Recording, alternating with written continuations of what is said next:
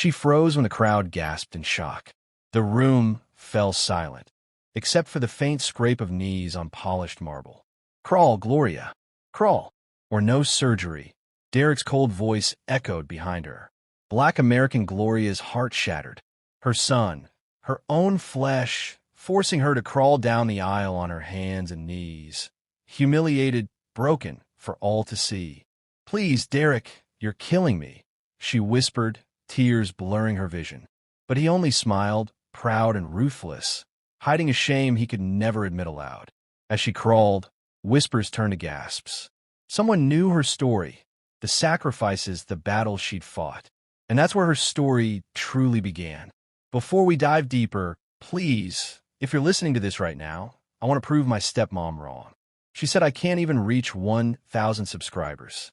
Help me show her that stories like this matter. Subscribe to Jossie's Folklore, and let's keep breathing life into tales that refuse to die. Now, let's continue. All right, here we go. The full first section, cinematic and emotionally charged, keeping it gripping and raw. Derek's wedding hall gleamed with polished marble floors and crystal chandeliers. The air was thick with expensive perfume and the hum of whispered congratulations. Everyone's eyes were on the bride and groom, except one pair, shadowed with pain and fear. Gloria sat quietly in a cramped storage room behind the scenes, her hands trembling in her lap. Her once bright eyes were dulled by the weight of what was to come. The cheap, ill-fitting dress they had forced her to wear felt like a cruel joke.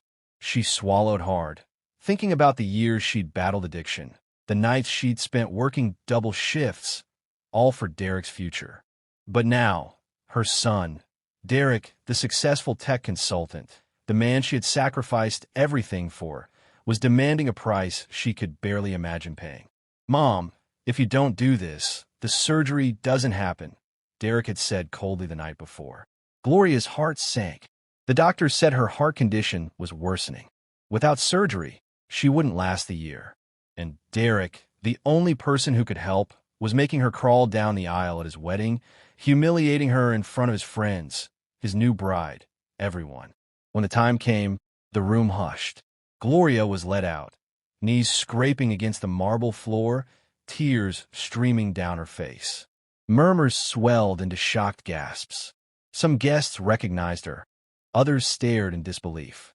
"Gloria, is that really you?" one voice whispered. She wanted to disappear, but she couldn't stop. Her pride was crushed under the weight of Derek's demands, but survival pushed her forward. Inside,